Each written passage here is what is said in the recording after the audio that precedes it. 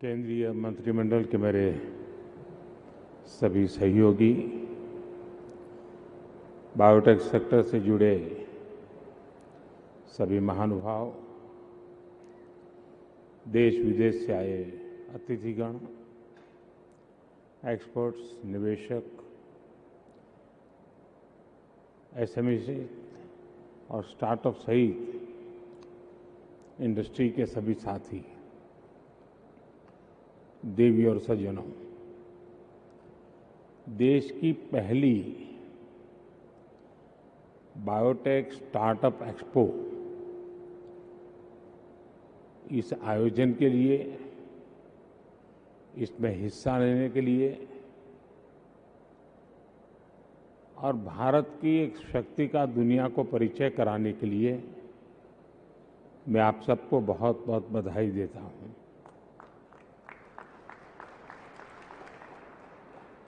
ये एक्सपो भारत के biotech sector की एक्सपोनेंशियल जो ग्रोथ का प्रतिबिंब है। बीते 8 साल में भारत की बायो इकोनॉमी 8 गुना बढ़ गई है। 10 अरब डॉलर से 80 अरब डॉलर तक हम पहुंच चुके हैं। भारत बायोटेक के ग्लोबल इकोसिस्टम में टॉप 10 देशों की लीग में पहुंचने से ज्यादा दूर नहीं है। नए भारत की इस नई छलांग में biotechnology industry research assistance council यानी बायरेक की बड़ी भूमिका रही है। बीते वर्षों में भारत में बायो इकोनॉमी का, रिसर्च और इनोवेशन का जो अभूतपूर्व विस्तार हुआ है, उसमें बायरेक का अहम कंट्रीब्यूशन रहा है। मैं आप सभी को बायरेक के 10 वर्ष की इस सफल यात्रा के लिए, इस महत्वपूर्ण पड़ाव पर अनेक अनेक बधाई देता हूं।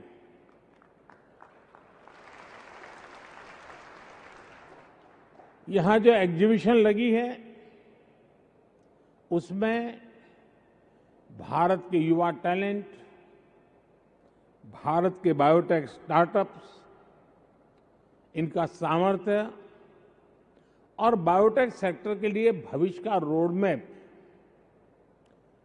बहुत बखूबी, सुंदरतापूर्वक वहां प्रस्तुत किया गया है।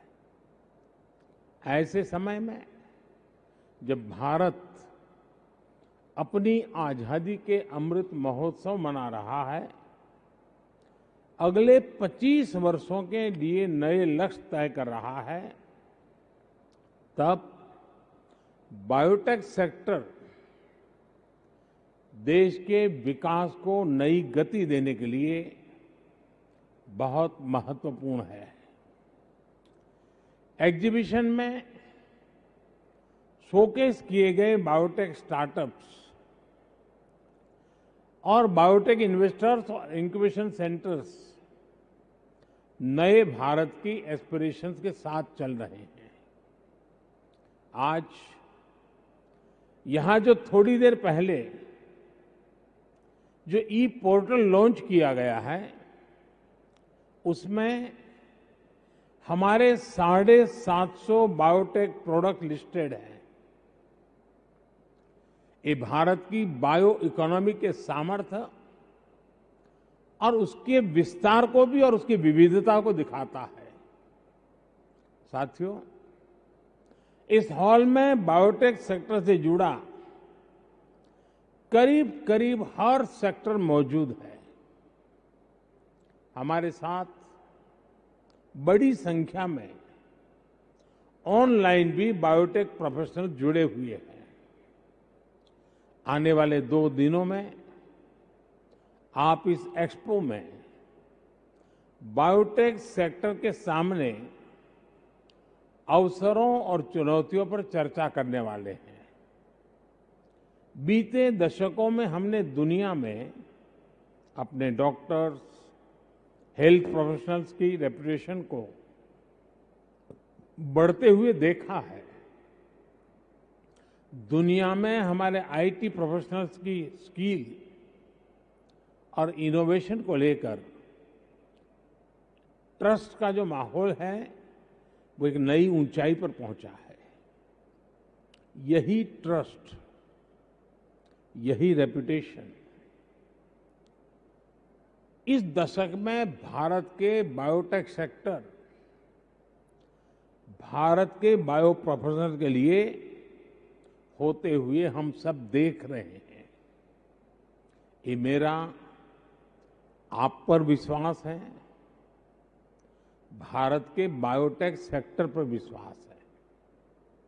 ये विश्वास क्यों है, इसकी वजह पर भी मैं विस्तार से बात करना चाहूंगा। साथियों, आज अगर भारत को बायोटेक के क्षेत्र में अवसरों की भूमि माना जा रहा है तो उसके अनेक कारणों में 5 बड़े कारण मैं देखता हूं। पहला, diverse population, diverse climate zones. दूसरा, भारत का टैलेंटेड ह्यूमन कैपिटल पूल। तीसरा, भारत में ईज ऑफ डूइंग बिजनेस के लिए बढ़ रहे प्रयास। चौथा, भारत में लगातार बढ़ रही बायो प्रोडक्ट्स की डिमांड। और पांचवा, भारत के बायोटेक सेक्टर यानी आपकी सफलताओं का ट्रैक रिकॉर्ड। ये पांचों फैक्टर्स मिलकर भारत की शक्ति को कई गुना बढ़ा देते हैं। साथियों, बीते 8 साल में सरकार ने देश की इस ताकत को बढ़ाने के लिए निरंतर काम किया है। हमने होलिस्टिक और होल ऑफ गवर्नमेंट अप्रोच पर बल दिया है। जब मैं कहता हूं सबका साथ सबका विकास, तो ये भारत के अलग अलग सेक्टर्स पर भी लागू होता है। एक समय था जब देश में ये सोच हावी हो गई थी कि कुछ ही सेक्टर्स को मजबूत किया जाता था, बाकी को अपने हाल पर छोड़ दिया जाता था। हमने इस सोच को बदल दिया है, इस अप्रोच को बदल दिया है। आज के नए भारत में हर सेक्टर में उसके विकास से ही देश के विकास को गति मिलेगी। इसलिए हर सेक्टर का साथ, हर सेक्टर का विकास, ये आज देश की जरूरत है। इसलिए हम हर उस रास्ते को एक्सप्लोर कर रहे हैं जो हमारी ग्रोथ को मोमेंटम दे सकता है। सोच और अप्रोच में ये जो महत्वपूर्ण बदलाव आया है वो देश को नतीजे भी दे रहा है। हमने अपने मजबूत सर्विस सेक्टर पर फोकस किया तो सर्विस एक्सपोर्ट में $250 बिलियन का रिकॉर्ड बनाया। हमने गुड एक्सपोर्ट पर फोकस किया तो $420 बिलियन के प्रोडक्ट के एक्सपोर्ट का भी रिकॉर्ड बना दिया।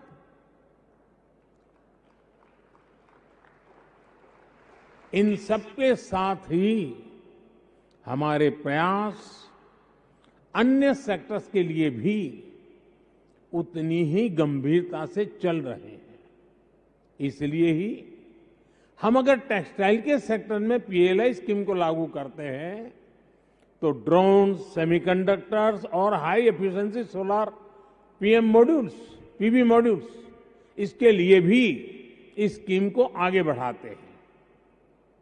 बायोटेक सेक्टर के विकास के लिए भी भारत आज जितने कदम उठा रहा है वो अभूतपूर्व है।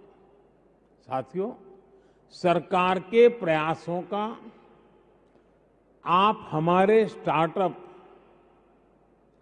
इकोसिस्टम में भली भांति उन बातों को बहुत विस्तार से देख सकते हैं। बीते 8 वर्षों में हमारे देश में स्टार्टअप्स की संख्या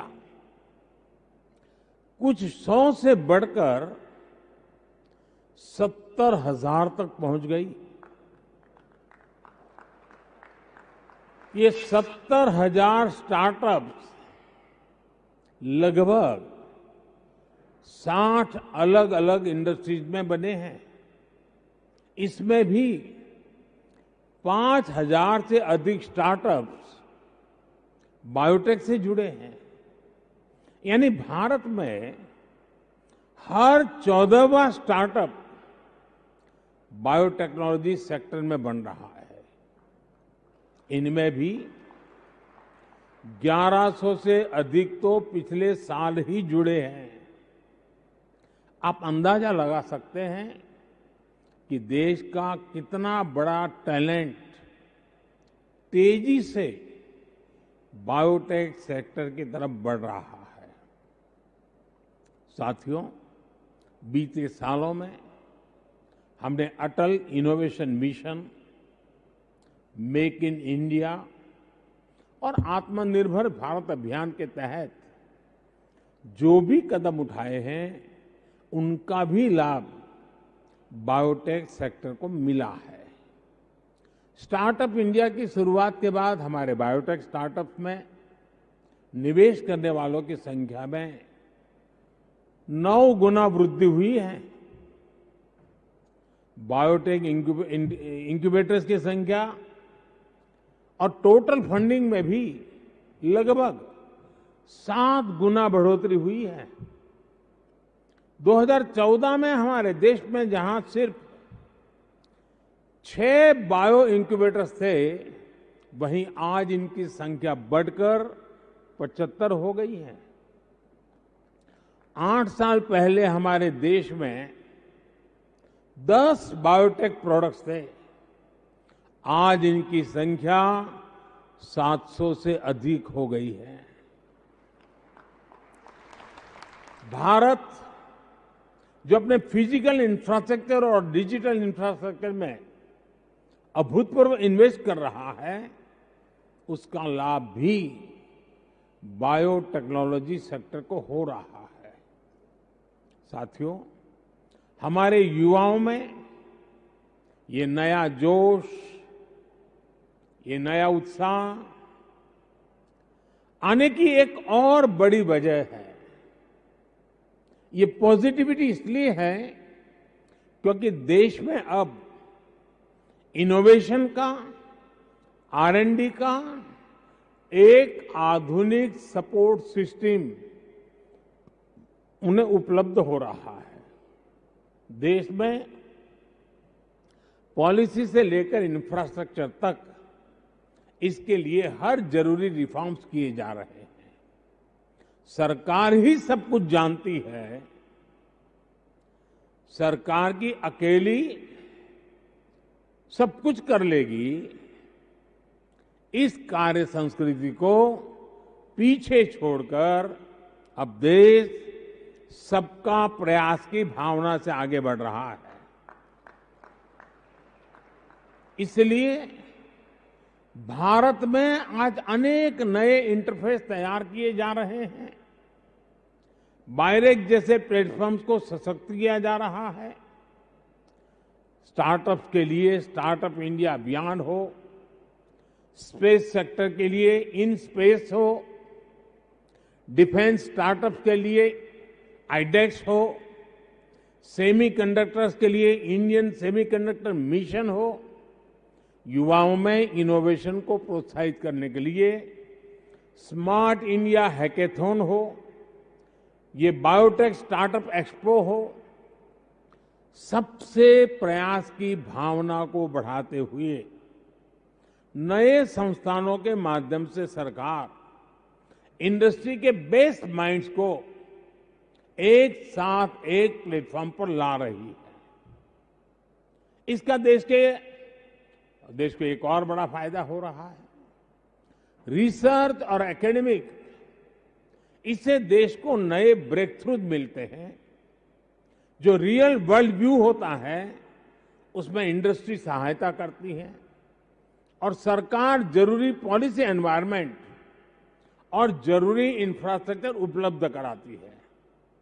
साथियों, हमने कोविड के पूरे कालखंड में देखा है कि जब ये तीनों मिलकर काम करते हैं तो कैसे कम समय में अप्रत्याशित परिणाम आते हैं। आवश्यक मेडिकल डिवाइस, मेडिकल इंफ्रा से लेकर वैक्सीन रिसर्च, मैन्युफैक्चरिंग और वैक्सीनेशन तक भारत ने वो कर दिखाया जिसकी किसी ने कल्पना नहीं की थी। तब देश में भांति भांति के सवाल उठ रहे थे। टेस्टिंग लैब नहीं है तो जांच कैसे होगी? अलग अलग डिपार्टमेंट्स और प्राइवेट सेक्टर के बीच कोऑर्डिनेशन कैसे होगा? भारत को कब वैक्सीन मिलेगी? वैक्सीन मिल भी गई तो इतने बड़े देश में सबको वैक्सीन लगाने में कितने साल लग जाएंगे? ऐसे अनेक सवाल हमारे सामने बार बार आए। लेकिन आज सबका प्रयास की ताकत से भारत ने सारी आशंकाओं का उत्तर दे दिया है। हम लगभग 200 करोड़ वैक्सीन डोज देशवासियों को लगा चुके हैं। बायोटेक से लेकर तमाम दूसरे सेक्टर्स का तालमेल सरकार, इंडस्ट्री और एकेडेमिया का तालमेल भारत को बड़े संकट से बाहर निकाल लाया है। साथियों, बायोटेक सेक्टर सबसे अधिक डिमांड ड्रिवन सेक्टर में से एक है। बीते वर्षों में भारत में ईज ऑफ लिविंग के लिए जो अभियान चले हैं, उन्होंने बायोटेक सेक्टर के लिए नई संभावनाएं बना दी हैं। आयुष्मान भारत योजना के तहत गांव और गरीब के लिए जिस प्रकार इलाज को सस्ता और सुलभ किया गया है, उससे हेल्थ केयर सेक्टर की डिमांड बहुत अधिक बढ़ रही है। बायोफार्मा के लिए भी नए अवसर बने हैं। इन अवसरों को हम टेलीमेडिसिन, डिजिटल हेल्थ आईडी और ड्रोन टेक्नोलॉजी के माध्यम से और व्यापक बना रहे हैं। आने वाले सालों में बायोटेक के लिए देश में बहुत बड़ा कंज्यूमर बेस तैयार होने वाला है। साथियों, फार्मा के साथ ही एग्रीकल्चर और एनर्जी सेक्टर में भारत जो बड़े परिवर्तन ला रहा है, वो भी बायो सेक्टर के लिए नई उम्मीद जगा रही है। केमिकल फ्री खेती को बढ़ावा देने के लिए भारत में आज बायो फर्टिलाइजर और ऑर्गेनिक फर्टिलाइजर को अभूतपूर्व प्रोत्साहन मिल रहा है। खेती और क्लाइमेट चेंज के असर को कम करने के लिए, कुपोषण को दूर करने के लिए बायो फोर्टिफाइड सीड्स को भी बढ़ावा दिया जा रहा है। बायोफ्यूल के क्षेत्र में जो डिमांड बढ़ रही है, जो R&D इंफ्रास्ट्रक्चर का विस्तार हो रहा है, वो बायोटेक से जुड़े एसएमईज के लिए, स्टार्टअप्स के लिए एक बहुत बड़ा अवसर है। हाल में ही हमने पेट्रोल में इथेनॉल की 10% ब्लेंडिंग का टारगेट हासिल कर लिया। भारत ने पेट्रोल में 20% इथेनॉल ब्लेंडिंग का टारगेट भी 2030 से 5 साल कम करके अब उसे 2025 कर लिया है। ये सारे प्रयास बायोटेक के क्षेत्र में रोजगार के भी नए अवसर बनाएंगे, बायोटेक प्रोफेशनल्स के लिए नए मौके बनाएंगे। सरकार ने अभी हाल में जो लाभार्थियों के सैचुरेशन, गरीब के 100% सशक्तिकरण का अभियान शुरू किया है, वो भी बायोटेक सेक्टर को नई ताकत दे सकता है। यानी बायोटेक सेक्टर की ग्रोथ के लिए अवसर ही अवसर है। भारत की जेनरिक दवाओं, भारत की वैक्सीनेशन, जो ट्रस्ट दुनिया में बनाया है, जितने बड़े लेवल पर हम काम कर सकते हैं, वो बायोटेक सेक्टर के लिए एक और बड़ा एडवांटेज है। मुझे विश्वास है आने वाले 2 दिनों में आप बायोटेक सेक्टर से जुड़ी हर संभावना पर विस्तार से चर्चा करेंगे। अभी बायोटेक ने अपने 10 साल पूरे किए हैं। मेरा ये भी आग्रह है कि जब बायोटेक अपने 25 साल पूरे करेगा तो बायोटेक सेक्टर किस ऊंचाई पर होगा, उसके लिए अपने लक्ष्यों और एक्शनेबल पॉइंट्स पर अभी से काम करना चाहिए। इस शानदार आयोजन के लिए देश की युवा पीढ़ी को इस क्षेत्र में आकर्षित करने के लिए और देश के कौशल को दुनिया के सामने पूरे सामर्थ्य के साथ प्रस्तुत करने के लिए मैं आप सबको बहुत बहुत बधाई देता हूं, बहुत बहुत शुभकामनाएं देता हूं। बहुत बहुत धन्यवाद।